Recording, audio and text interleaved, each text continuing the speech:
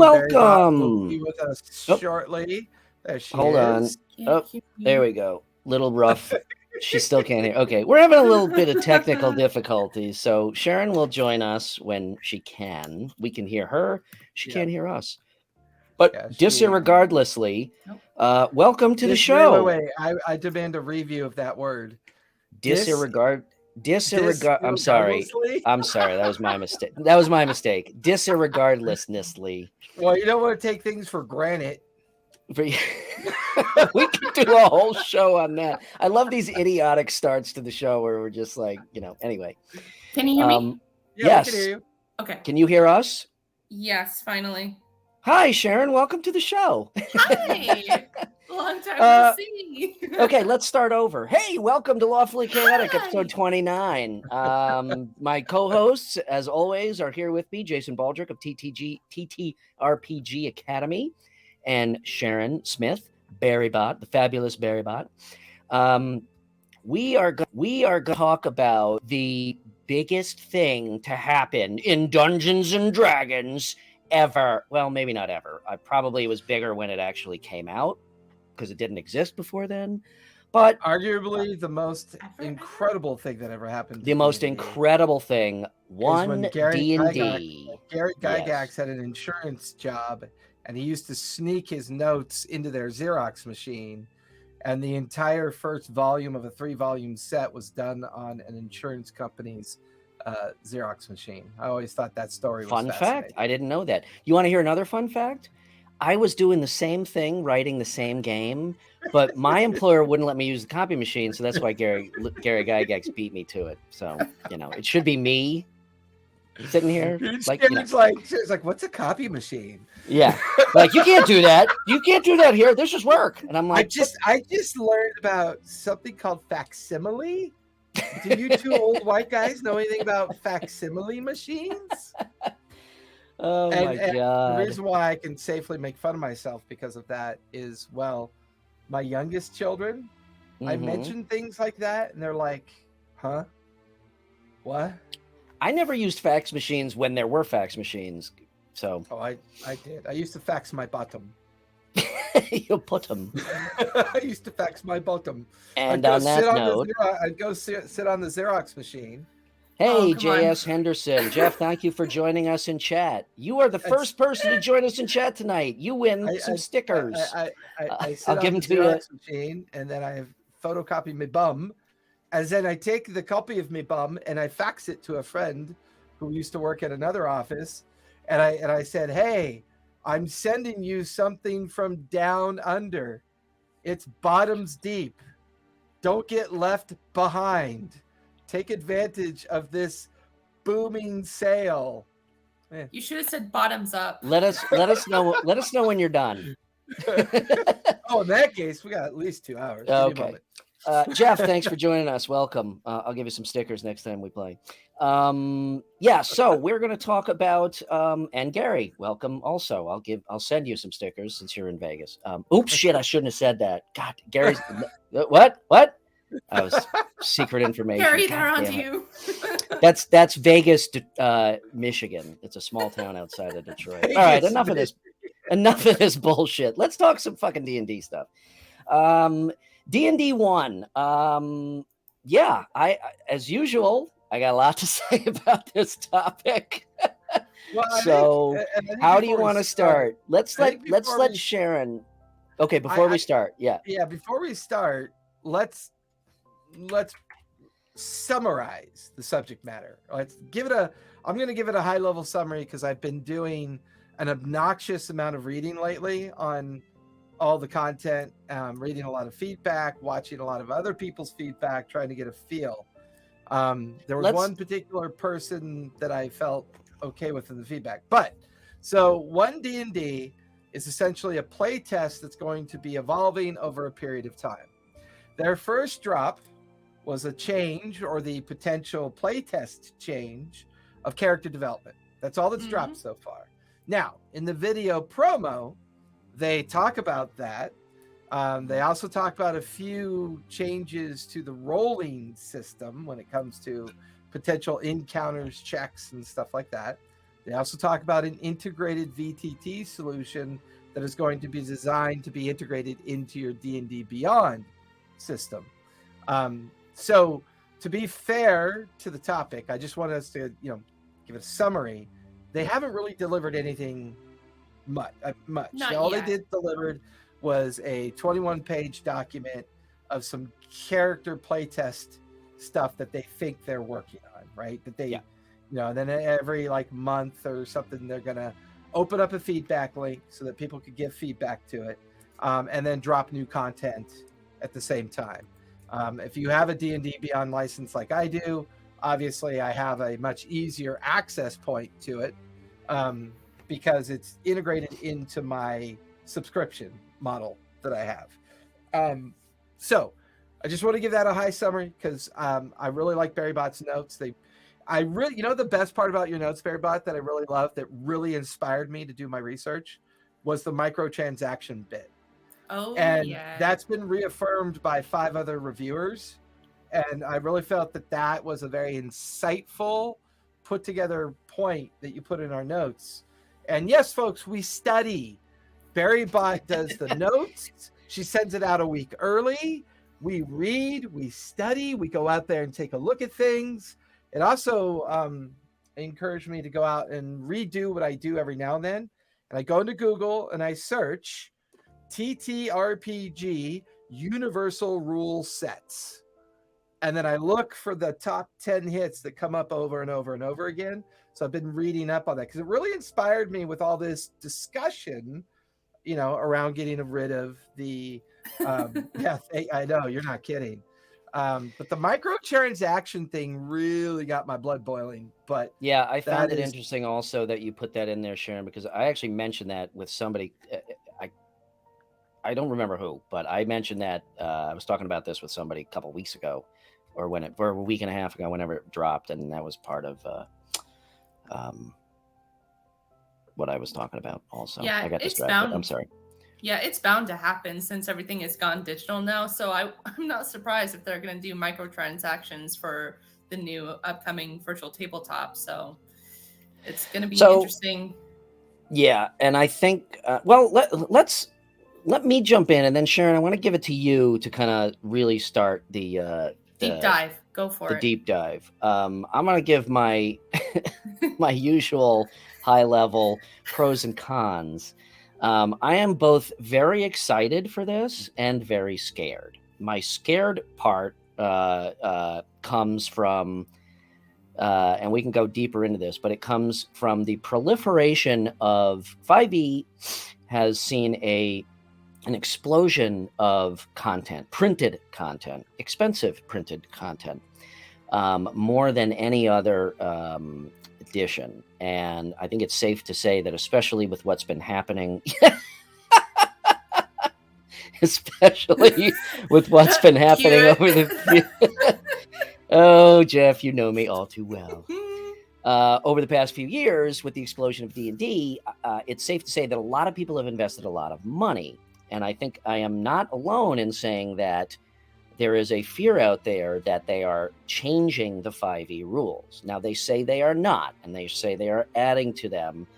What I see as like a homebrew, putting stuff on top and whatnot. But I don't know. I still have this trepidation because I still feel like this is an opportunity from a commercial standpoint for them to say, hey, buy all this shit again. Now, what I'm super excited before is the entire digital aspect, because as we have been talking for months, there is a huge hole in the digital aspect, the one package, no pun intended, of a digital package of how to play this game. Everything from what D&D Beyond already does, to the virtual tabletop that they've talked about, to creating, and this is where Wizards of the Coast, I hope they're finally catching on, creating an entire digital community, a CRM, customer relations management community, and owning it. And yeah, you know what? Give the digital content away for free with with a physical book or discounts or whatever, Yeah. because where they are going to clean up if they do it right are the microtransactions. Look at World of Warcraft. I want to buy a dumb hat. I want to buy clothes. I want to buy a mount, all this shit. And if they were smart about it, they could create an entire gamified world around playing the game, where you're not only interacting with the game, but you're interacting with the community as a player of the game, if that makes sense. Like I level up as a DM or as a player, if you will. So anyway, we can get deeper into that. I'm going to shut up and let you dive into your research. You sure you don't want to? No, don't give me that opportunity, because I'll never shut the fuck up. So just go. Honesty is the best policy. So basically, for the new D&D 1 content, they've released character races, such as human.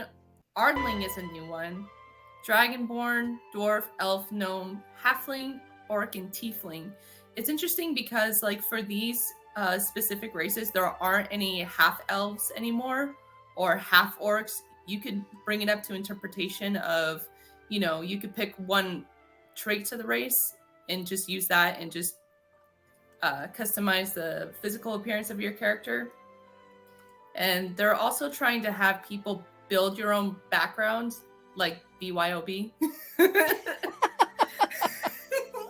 Right. I really have to set up my Stream Deck to properly. I mean, right now, all I use it for is emojis. I really need to have, like, the shit, Yeah, and everyone gets to choose first level feat. Just everybody right off the bat. Yeah. Exactly.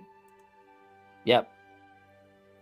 So, okay, I don't want to interrupt, Sharon, but do you want us to react to this as we talk through it? Yes. I apologize, audience. I feel like there's so freaking much to talk about. Like, I don't know where to even begin, but so I have a question, actually, based on the races. So, and I understand that this is just playtesting, and this is just a tiny snippet. However, what happened they just introduced like a dozen new races in Spelljammer. What happened to all the races in Tasha's, in all the Critical Role content? Like, where? See, that's where I'm saying, okay, you just released all this shit, and now you've recondensed it back into this tiny little snippet. Yeah, I'm really thinking it's because they're trying to introduce more newer players onto the platform, so they're really just kind of narrowing it down to just these top few races, and then really trying to have people get creative with like their backstories and their character creation, essentially. And then and then I thought it was interesting, there's only like 3 spell lists now. There's the Divine, Arcane, and Primordial. I'm curious what you guys think about that. And ones. Well, in regards to the spells, that doesn't bother me so much. Again, I don't know. I have a problem. This started with Tasha's, in my opinion. Tasha's, when they got rid of all the racial stuff and basically said you can put your points anywhere. I understand why they did it. I'm not going to get into that. Again, I've already ranted about that. But in my opinion, what that does is it dilutes it so much that everybody becomes the same again. They're talking so much about character differentiation, and yes, your background story probably is the biggest driving force for character differentiation.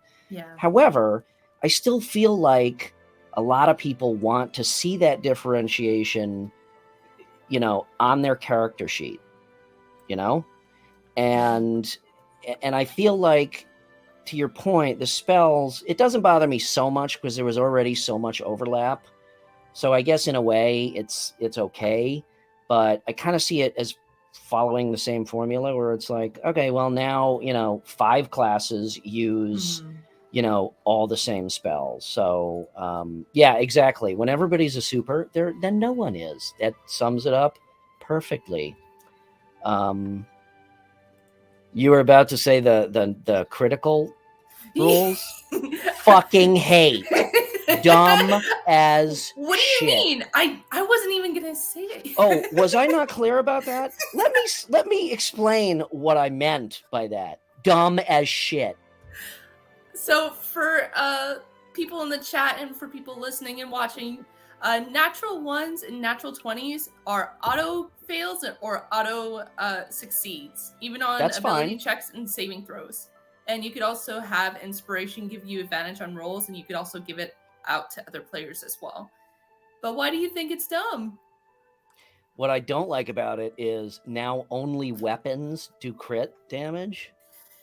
I guess that's a little bit different, but no, it's not. It's still crits. That's fucking stupid.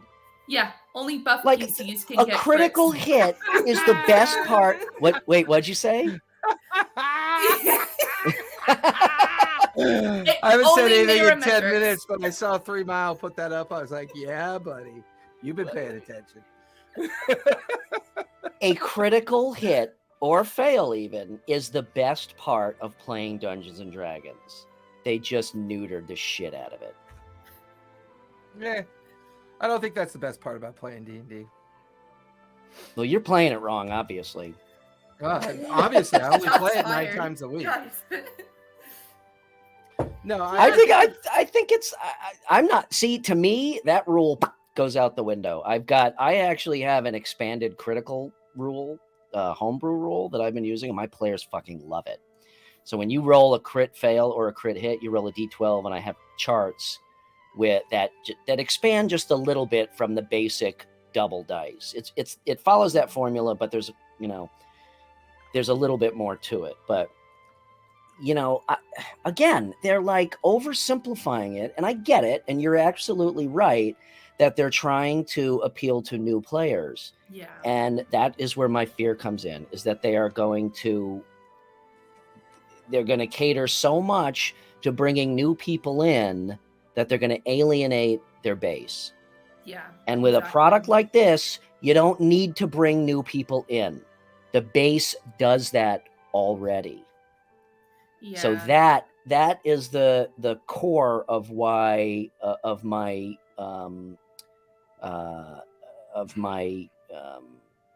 negativity towards what my rant of what they're doing. I think it's a classic. It's a classic.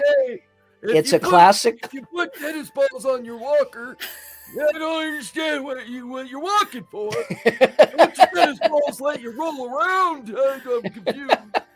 Jason, you're like now if you'll shit, there's teenagers yeah. out there. Now if you'll I'm scared. I'm staying home. Yeah, fuck you. Now if you'll excuse me, it's 4 p.m. I have to go eat dinner. No, I'm serious. This is it's I see the mistake of classic, corporate mistake of how can we increase sales? Mm-hmm. Is that really a mistake though? Not from their standpoint. Of course it's not a mistake. In the short run, it's not. In the long run, if it ends up killing the game because they fucking pissed off, 20 million players, then. But I don't think you could kill it. I mean, I would say, and then I want to, I haven't said much, which is rare. No, I can't. Before you go into it, I can't. No, it's not wrong. From their standpoint, that is their goal. It, as my buddies always remind me when I spout off like this, it's a business, and their goal is to make money. I get it. Okay? I will simply state this. Not all creators are good curators, and not all curators know how to be creators. Bingo. So we're in that, we're in that classic kind of window of time. There have been many attempts to murder this game. If Gary Gygax can be found in a basement buried in half a kilo of cocaine, and the game still continues, right? I don't think half a kilo will bury somebody. The Dave Arneson battles that took place, the fact that they wanted to license D&D toilet paper at one point. Spaceballs the toilet paper! Exactly. So there have been numerous attempts, whether it was, TSR 1.0, TSR 2.0, 3.0, and then eventually Wizards 1.0. There've been many attempts to murder this game, and fundamentally, you could play this game for years without ever spending money. You could. You could basically spend enough money on a set of dice. If you have a good storyteller and people that want to play a game with fantasy and imagination, you can play it for $1. You can play it for $1. It's not a big deal. Well, yeah. But yeah, of course. Everything else related to this game is emotion, nostalgia, and the hope of the idea of fantasy and imagination, and what does it mean to play something that used to be holistically unique. Now, the challenge that we run into is they're turning something that we all feel in different levels is this game really capable of being unique anymore? Not really. As soon as you open up a platform to hundreds of millions of people in either a digital space, or you're constantly retuning it to sell to a whole new generation of people each time, it's a challenge. It's a challenge. Wow. Gary, you are like an evil fucking genius. What's distressing is everything they're talking about now has already been on my playbook for the last 5 years. Tailspire already does a great VTT job. It's an amazing platform. Yeah, it's just not all in one place. Yeah. Well, it's all in one place for me because everything else that D&D Beyond is fucking garbage. Okay, 5% of people, 5% of people are you. So no, it's not in one place. Well, here's the thing. You do an extremely good job at it because you are super passionate about it and you have the time and the energy to do it. Most people don't. This is fair. Well, here's the thing too, is that luckily it's in a play test phase. So like it's sure. Is it? Well, I mean, and then the thing is too, is that Rule of Cool can also just fix this too for your own independent games. Everything is they say it's in the playtest phase to shut up fuckers like me. Yeah. Well, we're taking your feedback. Like that first drop, to both your points, Barry and Bry. That's only the first group of alterations of characters. There's a whole other drops coming for more of the character alterations. If you have your homebrew dial set to on in the D&D Beyond, I think the last time I checked, there were 1,200 races. So the argument for their playtest holds little cadence or water for me because I've already moved beyond what they think they want to become. I've already gotten rid of levels. I've already gotten rid of classes and subclasses. I've already boiled down the magic to what I think players would enjoy based on each different table that runs with the rules. I wanted to give all the narrative skill back to the players. So their stories are their characters now. They're 20 years behind me as far as I'm concerned.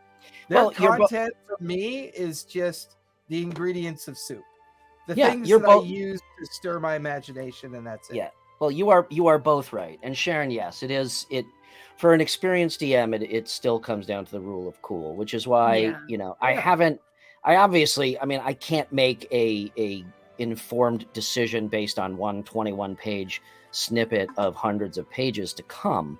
I mean, I homebrew the shit out of stuff too. I actually like a more complicated game, so I add all these cockamamie rules, which generally add to the fun. Well, I actually enjoy your skill tree. I like how you did the skill tree thing. I think that was... Thank you. And that was based... I feel like that was based on the vibe of your players. Believe it or not so much. It was based on my vibe. And of all of my homebrew, that's the one that gets used the least because people have a hard time understanding it. I may have made it a little too complicated, but... Oh, then, you know what? That's a horrible idea. But I hope that, to your point, Sharon, both of your points, I think if they were smart about it, they would do what they said they were going to do, which is the very first thing they said: we're not getting rid of 5e, we're building upon it. So they should. Did you really, Jeff? Oh, Jeff used my skill tree. I didn't know that. Oh, that's right. When we were playing, he was the only one that used it. No, actually, a couple people did. All right, everything I say is bullshit. Secondary for me in my game groups. Yeah. I totally lost my train of thought. Go ahead, Sharon. No So survivors. what do you guys think of these two? Oh, that's right. Yeah. Have you guys read about the stone cutting feat for the dwarf? Mm-hmm. Okay, so guys, if you haven't read it, basically for dwarves, it's like a tremor sense. When they touch like stone or anything, they're able to detect movement up to 60 feet. I don't know why they haven't just done that from like the get-go. I thought that was super cool. And then the grapple condition was also interesting, is that your movement is 0, but you have disadvantage. You roll with disadvantage, and you can't attack your attacker or grappler. Grappler. Yeah. Yeah. Yeah. I mean, some of the stuff I read was really awesome. Some of the stuff, like the critical stuff, I'm You not like going to use it. monsters can't critical hit anymore? Yeah, exactly. Or spells. It's just, oh, great, I'm a wizard, so I can never crit. That's just dumb, That's pretty sad. right? Well, it's not going to be used. I guess I should. I guess I should scratch off the 20s on all my dice. Oh Well, my God. and J.S. Henderson brought one up that I've been using for years, which Medic. is custom feat for med kits, like healing that kits. was. So if you have access to a healing kit, why not throw a bunch of stuff at it and give it some teeth and meat to what's Yeah, that capable of was doing? that was the biggest one in my skill tree. Was medic. No, Yeah, a 3 wand. mile, A wand. No, there's they only said one way a melee wand and ranged can weapons. crit, is if you jam it up someone's I thought was process. Yeah. just gonna say, Is a if you wand a poke weapon? somebody in the eye with it, yeah, great. So you critted on trying 1 to- damage, you do 2 damage. Merometrics. Yeah, exactly. Storyteller, if I take the wand and jam it in his eye and roll a natural 20, is that a crit? I would just let Mira just succeed on the intimidation factor of it. As you hold See, the wand it up would to his be- eye, he evacuates and then It- passes out. It out would of the field. evacuate. It would be really cool because Jason, you've made this point that the DC system is the core of the game, and that is a really basic Mhm. mechanic. So it would be really cool if they did this as like just homebrew rules on top of rules on top of rules. Yes, it is. But again, you do 1 damage. Great, you critted. Now you do 2. Yeah. Yeah. Well, I mean,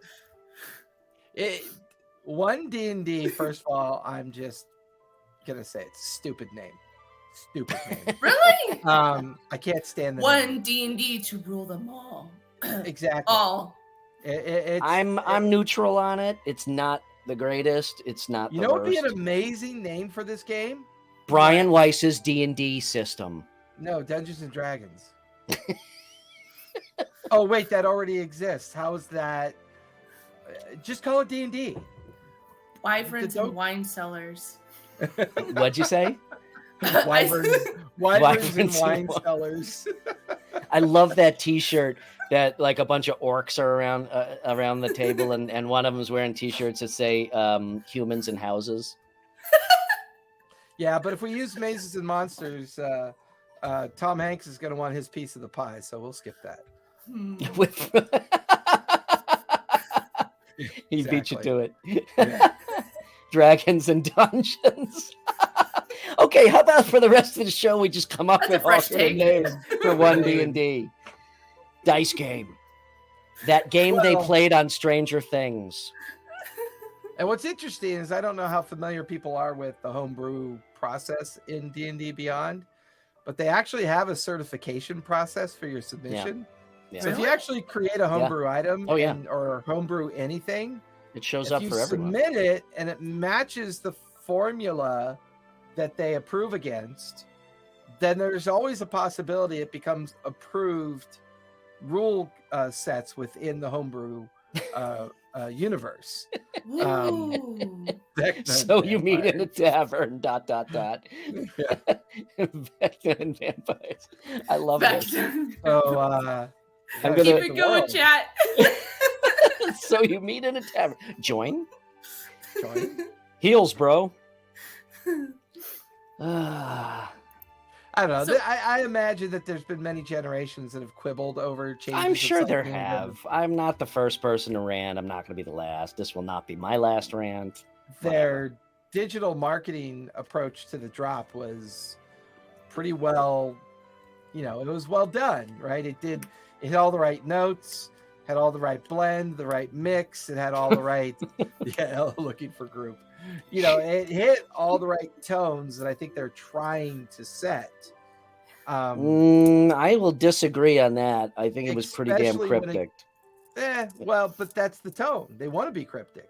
Well, I okay, think then they that's the tone that succeeded. they're looking for, because you're going to feel like everything's a loose thread. So everything's a loose thread. Well, let's go read and write everything that they have right now and figure out what's going on. Gary, I totally disagree, because if you saw Really? 2 shows ago, I think the movie's going to suck ass. I have hopes for it. I think it's Oh, going to be okay, not like really awesome. I think it's going to be okay though. Hey Definitely man, better Christopher than the Pike's other in one. it. I'm cool. Christopher Pike, Chris Pine. Chris Fine. Pike was the admiral. Yeah, but to me, Chris Pine is Chris Pike and Shatner, and he's always been the Kirk I've always wanted. Always. Although some of the new Star Trek stuff is pretty cool. I would say if D&D 1 or D&D 2, 1 D&D, does that mean the next time they're going to call it 2 D&D or 3 D&D? No, those are or additions. 2D? No, those are additions. They said no more additions. Then don't call it 1 D&D. Just call it D&D. I agree with you. I mean, Oh, technically D&D. it is 2D. Okay, let me switch to a positive. Let me switch to a positive note. The digital aspect. I actually do have high hopes for the digital aspect, because I know that you and I have differing views on D&D Beyond. You hate it. I pretty much love it. I enjoy the idea of it, and I tolerate it. I hate lazy programming.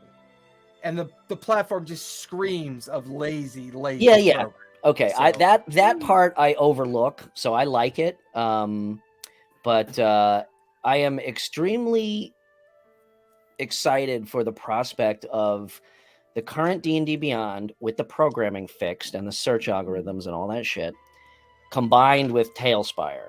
Okay, now the third part of that pie, as I said, is curating the community. They already have, when a company sets out to develop a CRM program, which is customer relations management, when the company sets out to start a CRM program, their number one question is, how do we get customers? All right, we have 50 people. They have millions. It's already there. The community is already there. They just have to give people the excuse to spend money on those microtransactions. And as I said, and this idea is not mine. This idea was actually Adam Scott's from D&D Club. And he was actually working on this a while back, and for reasons I will not go into, did not happen. Yeah, that's what Jeff, why don't you come on the show and tell us about this? But if they just give people a place to go, because that's another thing we keep hearing from new players. Where do I go to find games? Where to go to find DMs and whatnot? Even though there's such a proliferation out there, but it's not all in one place. So they could say, guess what? Your digital account now includes your online profile. Okay. And you can also level up as a DM, as a player. You can make transactions that you may even be able to use on character if your DM approves it. I mean, there's just all kinds of shit that they could do. And they could gamify, like I said, they could gamify the experience of being a D&D player beyond actually playing the game. And that's where they can go bank. Well, see, and now that's the thing too with the virtual tabletop. I feel like it has like a more video gamey perspective, especially for like newer players coming in. I feel like they're gonna have that mindset, and I feel like that's gonna take away from like the in-table games. Even though I haven't personally done one myself, but I feel like that's how D&D started to begin with, was just, in-person tabletop playing. Like, this video gamey perspective, I think, kind of takes away the theater of the mind aspect away. It's like it's one less thing that is kind of integral to D&D. What Well, do you guys think?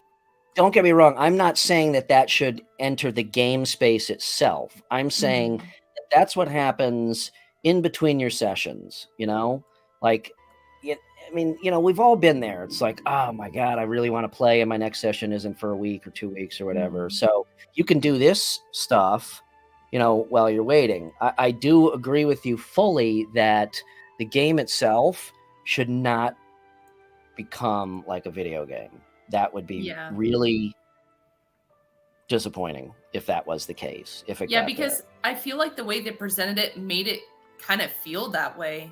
Yeah. And that's why I was thinking, like, oh, well, this is probably because they're trying to get that new audience and the younger kids involved in the game. But yeah, I mean, the VTT should be a tool in a toolbox. It should not be the experience itself. So there's definitely that pitfall. Also, I really, Jason, what's your? I know what your opinion is, but give it to us anyway. No, I don't. I'm not saying that sarcastically. I know what you're going to say, but I want everybody else to. I mean, I've never been happy with any VTT solution, to be honest. I mean, as much as I enjoy Tailspire and how easy it makes it for me to run online games, you still have the overarching problem of the evolution of the online community versus the de-evolution of the in-person community. You're going to have a lot more opportunities online. You're going to have a lot more available players. You're going to have a lot more available platforms, a lot more available tools, software. I mean, they could say anything the hell they want. Right. When you see a shift coming in multiple layers, a movie, a version update, and a shift away from the in-store model into the online model, this three-pronged approach from a digital marketing perspective, right? They're using the platform of their media experience to kind of flush out their demographic.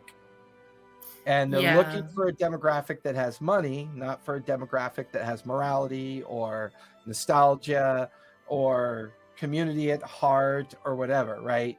WotC and this is why I am not a CEO.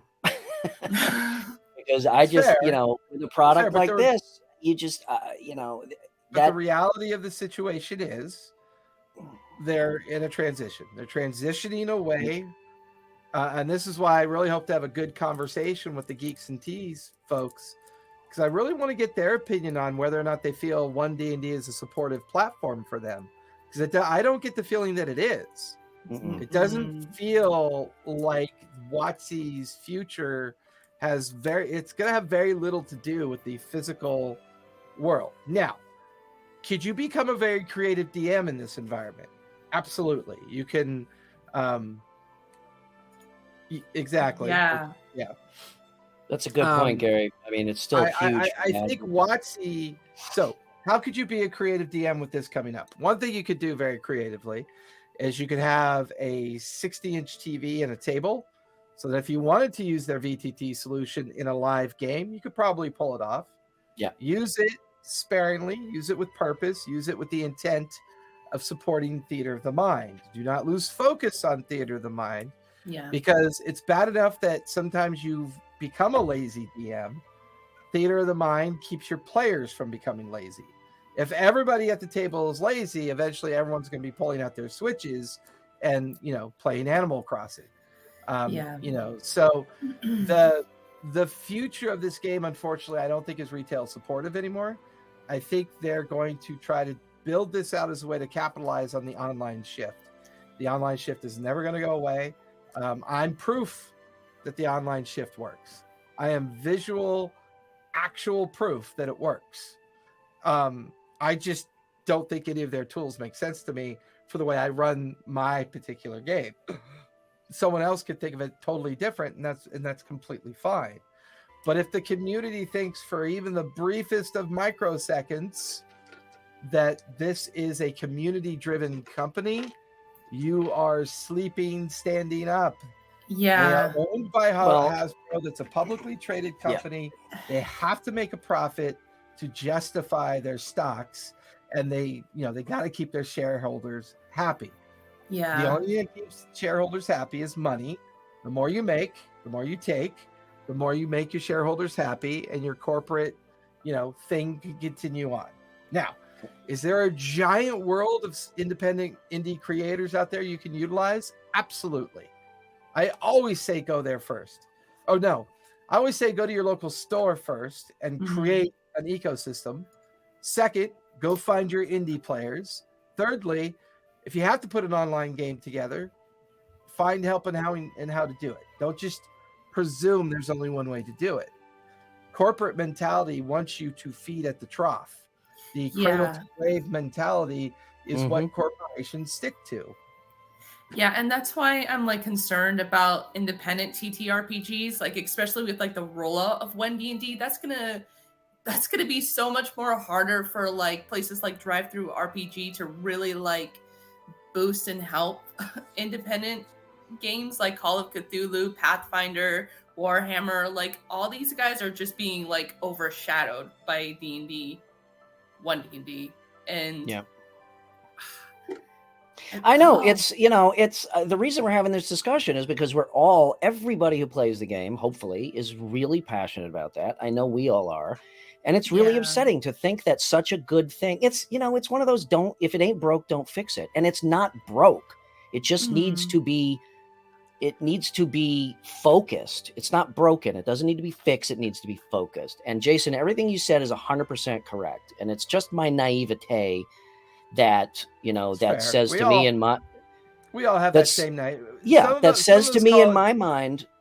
Some of us call it naiveness. Some of us call it hope. Some of it we refer to as I wish they would. Right? Yeah, we've all used the vernacular in different call ways. It what you will. Call it what you will. But part of me says that when you have a product as successful as this, through no fault of your own, okay, don't fuck it up. And the feeding at the trough and the corporate mentality, I know it always applies. Follow the money applies in every aspect of life these days. It's no fucking joke. And it's a shame because it's a short term. It's a short term. It's a short-sighted mindset, in my opinion, because I correlate it to Star Wars. Okay, we talked about this a little bit when the prequels came out.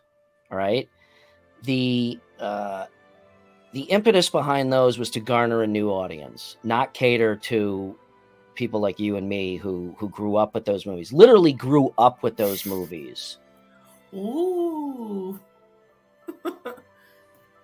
Dun dun dun! Tinfoil hat.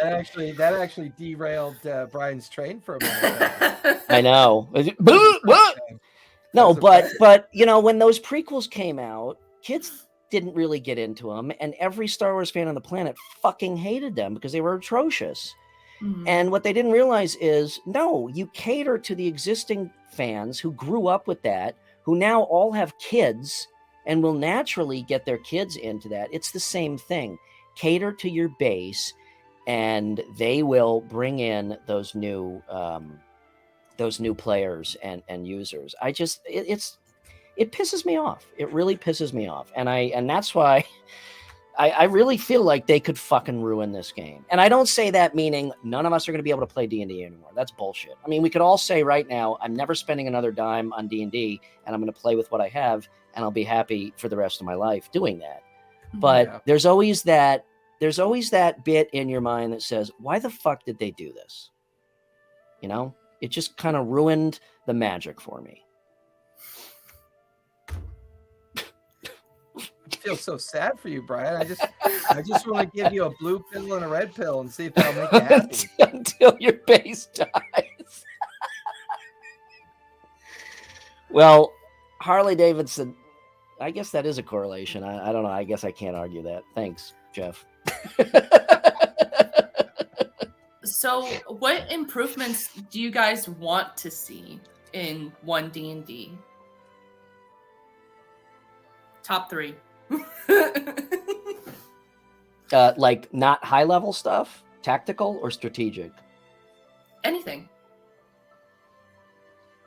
Boy, that's a great way to shut us up, Cher. I All know. right, Chad. It's just you and me now. Yeah. What they think. I had all this negativity built up and planned, and you fucking threw this curveball at me. God damn it. We're going with forward thinking, guys. Come on. Forward There's thinking. potential for growth. I would like to see, like I said, an integrated digital experience that does give the opportunity to microtransact if you want, but it does not become dependent on that, and you don't feel like you're falling behind if you don't. Okay.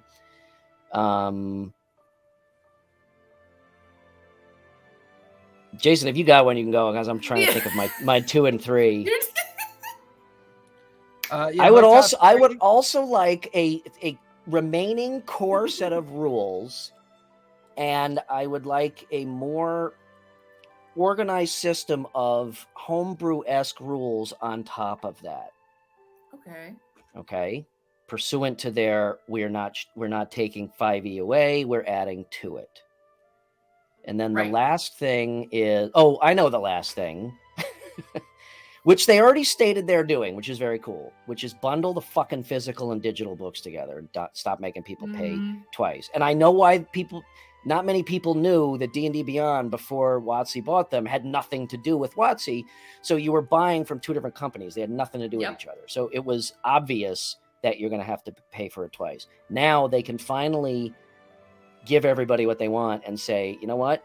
Here's both. It's an extra $5. Books are now 55 instead of 50, and you get the digital version too. Done. So there's my 3. There you go. I'm going to let you go first, Cher, as a player. Since you haven't had an opportunity yet, which one of these days, I can't wait till you get the opportunity to be a DM. Oh, that's a good one too. That's number 4, is stop with the level cap. I'm okay with levels. I don't like the level cap. And I don't like the godlike level 20. So from a player perspective, Cher, what do you think? I'd like to see them publish the metrics rules they use to balance background, classes, and races. Hey, very nice chat. So you can modify our home. Hey. Chat, you're on fire. Oh, and I have a number 5. Uh-oh. You're breaking rules. Get rid of fucking druids. Hey. Cher, Jason, as a kick player, him out. Cher, as a player, what are your top 3? I mean, honestly, I've only been playing for about a year now. Mira's metrics and everything. For those of you that don't know, Mira is Sharon's character, and Vigo was my returning character. I had like 3 Vigos after they kept dying. Yeah, so Mira's my Druid Circle of the Moon character. She is awesome. Oh, I like that. Mira's metrics of the multiverse. That's fucking awesome. Dibs, trademark.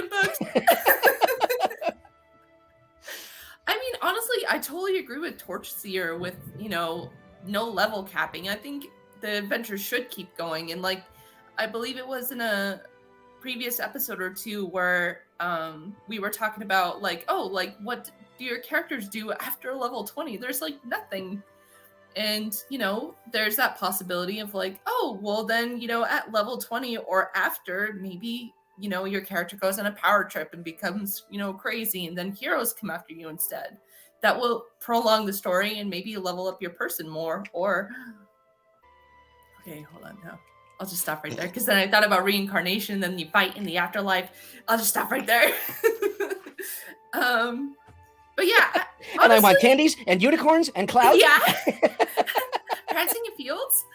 Well, see, here's the thing. Since I'm a new player, I have a pretty positive perspective on D&D right now. And it's a game full of creativity, and like and people are improving it to make it better. I do see one D&D as a opportunity to make things easier for people and to kind of enhance the gameplay just a little bit more. But I do understand how people can be so passionate about these things, and like it's an awesome game. You don't want it to be broken or not fun to play anymore. But that's why I think it's really cool that like you have the rule of cool. You can make your own rules, because that's what's awesome about D&D. It's just creativity. You just go with it. And yeah,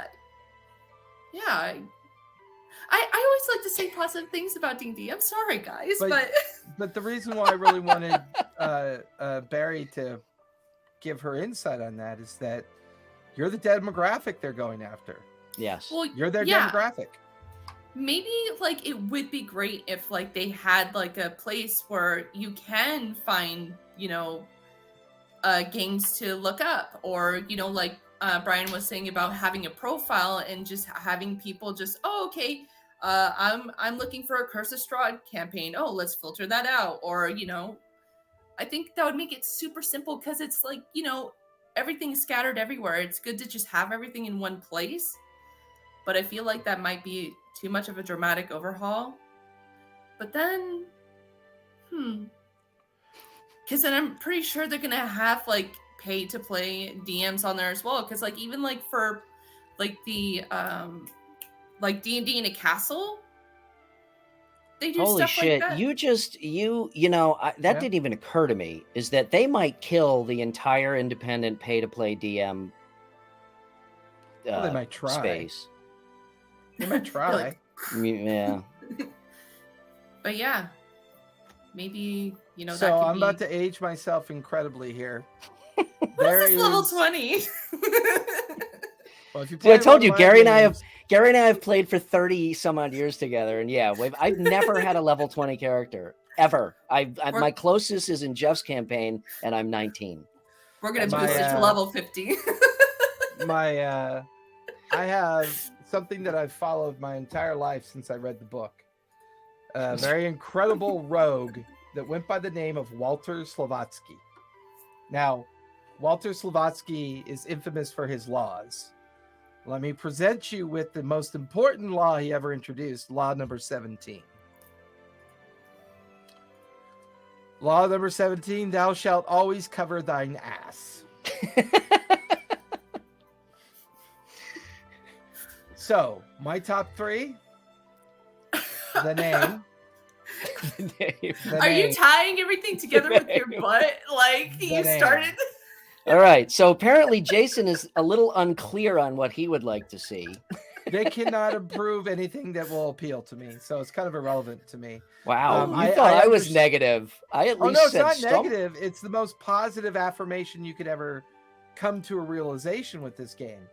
My imagination has peaked to the point because I've come to accept their limitations, and therefore I aggregate the lore, the content in a way that allows the imagination of my creation to continue on, regardless of their kind of mechanical, like very delicate walk through a corporate mentality. So I don't, I'm okay with whatever they decide to do. It's not going to make a difference in how I absorb the lore, the architecture of the content, because all I do is take a page from 20 different books and reorganize it in my OneNote, and then I write my summary, and then I write my arcs, I build my cities, and I build my villains and my good guys and my good people, my bad people.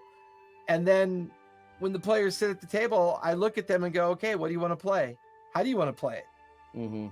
Do you really want to be a cleric, or do you want to be a Templar? Do you want to be a thief? I think that is an extremely healthy mentality towards the game. I also would venture to guess that you are in the extreme minority in that mindset. Probably, but that's okay. There's nothing wrong with that. No, there isn't. I'm just... My opinion isn't meant to be negative. My opinion is meant to be transcendent. Eventually, it'll happen to everybody over a period of time. Eventually, you're going to realize the 48 books that you have back on your shelf are irrelevant if you don't play. Well, yeah. This is where Jason transcends into godhood as a celestial. I have transcended the DM mold. Well, obviously, but if you don't play, then all this is academic. Yeah, Chad, I'm curious. This is what my you guys favorite think. Walter Slavatsky law. A hero's work is never done, which is one of the minor reasons I don't recommend the profession. Send me that link. I will. I'll send it to you. I would say my relationship with D&D Beyond has matured to the point where they don't really need me anymore. I've already bought everything of value from them, and now I'm more focused on the cool little niche creative space where on occasion, maybe a piece of art or some dice or a model, because one of my players that sits at the table, she loves to paint models. So I may go out to the Etsy store, or I may go out to Twitter and look for independent creators for ideas. The different really cool .ios that are out there for creativity. I have moved on from D&D Beyond. After the horrible nightmare of them pinning me to the ground, roofing me, and then taking my money for that piece of shit Spelljammer book, they can all go fucking die. You know what? I just thought of something. Well, there goes the chances of ever having them on as guests, you dick. Yeah, you know what? I had a real fun email back and forth with them over the week, with their so-called customer service. Oh shit, dude! You got to send me that. Wait, Sharon had something to say. I want to make sure. Sharon. Yeah. Well, I was thinking, like, you know how like there's a section in D&D Beyond where people can just create their own like weapon magic items. All the homebrew stuff, yeah. Yeah, so it would be cool to have like a page where like there's like featured magic items, like a feature of the week or something, and like people can really cater to that and revolve around that community instead of it being just like a short list of everything. I think that'd be pretty cool. Again, that falls into that curating the community. Yeah. And making you feel like you're actually there is a very robust D&D community. WotC has never dipped their toe into it or bothered to curate it at all. So if they were smart, that would be their number one goal, not rewriting fucking rules or even adding VTT to D&D Beyond or even fixing the goddamn programming. If they were smart and they really had corporate interests at heart, they would be all over that like stink on a monkey. Do monkeys stink? I don't think that's fair. Monkeys are pretty stinky. I don't think it's fair that people are calling Russians orcs. That's very unfavorable to the orcs. I like orcs. They've culturally appropriated my orcs, and I'm very sad about it. Okay. I have no response to that. Anyway, but Sharon, that's exactly that type of stuff is what I'm talking about when I say curating the community. And that is the biggest gold mine that they, for their sake, should recognize. Like, I would love to see an item of the week on the community. I think that'd be so cool. Or like a homebrew story of the week. Or Cher, have you dipped into their forums yet that they have on D&D Beyond? Not yet. You should give it a try. See what you think. Yeah. But imagine if you were a player, Sharon, and you had your online profile, Sharon, not your character, but Sharon Berrybot, okay?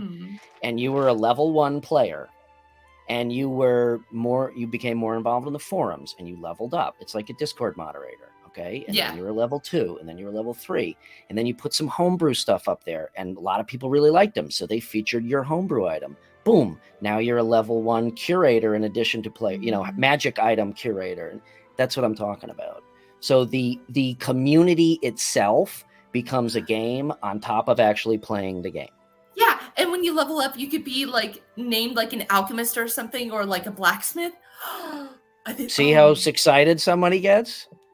I'm always excited. You're welcome, WotC. I'll send you my bill for strategic consulting for this shit. Anyway, I think we've ranted our. Ooh, Oh Artificer wait, of maybe the Week. not. Artificer of the Week. There you go. And what's really interesting, that brings up an interesting final point for me. The Artificer class is one of the most inventive curiosity that I think they've come up with. It's a little bit of everything. There's like a little bit of everything in there, and you can tweak it to so many different unique ways that make it so much more interesting and so much more fun to me. Oh, you know what they should do? They should get rid of all the classes except Artificer. The Druid stage. That wasn't my point. My point was, No, it's I was interesting how mocking they- myself for saying that they're Oh, gotcha, diluting everything to gotcha. being the same. Gotcha. No, but I think it you know, one of these days we'll have a conversation about how you can literally just take the core system of the game and you can run anything you want. Yeah. In any fashion that you want. Whether You know, you you have brought that up numerous times, so I think we should do a show on that. Like, let's take 5e, its core, and play a space game. Not Spelljammer, but a space game, like Star Well, Trek I or mean, Star Wars. we've Or already played a cowboy steampunk game. You know, we've played a steampunk game with it. I've written I've written a Battlestar Galactica game that I haven't played yet. I've written a Star Wars game I haven't played yet. I've written a Firefly game I haven't played yet. You know, I've written a Western based on Boot Hill, but I kind of used the core system and Western feats and traits. You know, so I've even dabbled in Deadlands a little bit. I've taken a look at, you know, all these things that used to exist and still do exist for the most part. And I could run every single one of them off the core set. It's not that hard. Yeah, so I'm saying we should and do a show on that. You know, and I realize it's hard for Dungeons and Dragons to be treated like a GURPS style game. I get that. But when you have a solid DC narrative system that works, you're right. They're just going to fuck it up if they try to change it. And on that note, Oh, rollies? Rollies. Busters. Oh yeah, I think All right. I won last time, didn't I? I think you did. Yeah, I did. The only die I have at my desk. I Oh, have I'm like not going to 7,000 win dice this time. downstairs, and I only have one at my desk. So it's my cursed little tiny metallic. So here we go. All right. I'm gonna use my Sailor Moon dice. All right. I got a 10. I got a 4. I got a 9. Oh my god. Take it away, Bri. All right. Okay. Well, anyway, that was an interesting, if not Hey, somewhat. Barry, behave. Yeah. Be yourself. Be kind. Oops. We're not sponsored. So. You got the buzz. Yeah, I got the buzz. That was a very informative and passionate, if not entirely unfocused conversation about 1D&D. Thank you. Pretty focused. I thought we did okay. No, I think we did. Everybody got involved, even the Absolutely. chat. You guys were Absolutely. great, by the way. Yes, And chat. all Thank those you. names were amazing. Yes, chat. Oh yeah, we got to start. We got to continue that. You guys send in more 1D&D replacement names. But thank you all in the chat for joining and interacting with us. We appreciate it. Jason, any announcements? I'm sorry, let's do Sharon first. Sharon, any announcements? Hey guys, so thank you guys so much for joining us for another episode of Lawfully Chaotic. You can catch me here on, well, not here. You can catch me here Thursdays, 4 to 7. Wait, no, not 4 to 7. I'm always getting that mixed up. I'm sorry. Now everybody's thoroughly confused. You can catch me here 6 to 7 Pacific time on the Lawfully Chaotic show, and also you can catch me on Saturdays at the D&D Club for the Greying Lands campaign, where I play as a druid Kalistar named Mayra, 4 to 7 p.m. Pacific time. So be sure to check me out there, and you can also follow me here on Instagram at BerryBot. So I really appreciate you guys joining us. Thank Awesome, you. Jason. Announcements and where do we find you? Yeah, you can find me over at TTRPG Academy. TTP. Yeah, I know. TTTTTT. RPG FTP? Academy. My LinkedIn, my Linktree socials, all that fun. You can even find me on LinkedIn if you want. If you ever want to just talk shop or business, or if you just want to learn how to be a pro DM, more than happy to sit down and train more. There's a huge need for the ratio of me to players is a bit crazy. I am working on 2 Spelljammer campaigns, and I'm also working on a homebrew Exandria campaign called the Ooh. Maelstrom. And the Maelstrom campaign takes place right after Age of Arcanum and before Post Divergence. It's that primordial soup of time as everybody's clinging on to survival and trying to survive in the hellscape of the wild magic of Post Arcanum period. Because there's virtually nothing written about it. So it's my playground. I can do whatever I want. So I'm in the process of trying to build 3 new tables right now. Good Awesome. soup. To bring your total to 12. unbelievable. I don't know how you fucking have time for that. Awesome. As usual, you could find me at RPG&Co. Instagram is the best place to find me, but you can also check out my Linktree at /rpgandco.com. Linktree. I still don't know how to really say that. I will shamelessly plug my latest Critical Role contribution, which is the As you Bell's should. Hells t-shirt. It's over at the Crit Roll shop. Check that out. And I think that is about it. So, Jeff wants to play in your game, so I'll hook him up with you after. But anyway, thank you all for joining us again. Appreciate it. Play games. What is it, Jason? What's your Be kind. Be kind. Be safe. Be safe. Play a game. It's good Play for your mental games health. and come up with a replacement for 1D&D. The name. Thank you guys. Bye, everybody. Bye.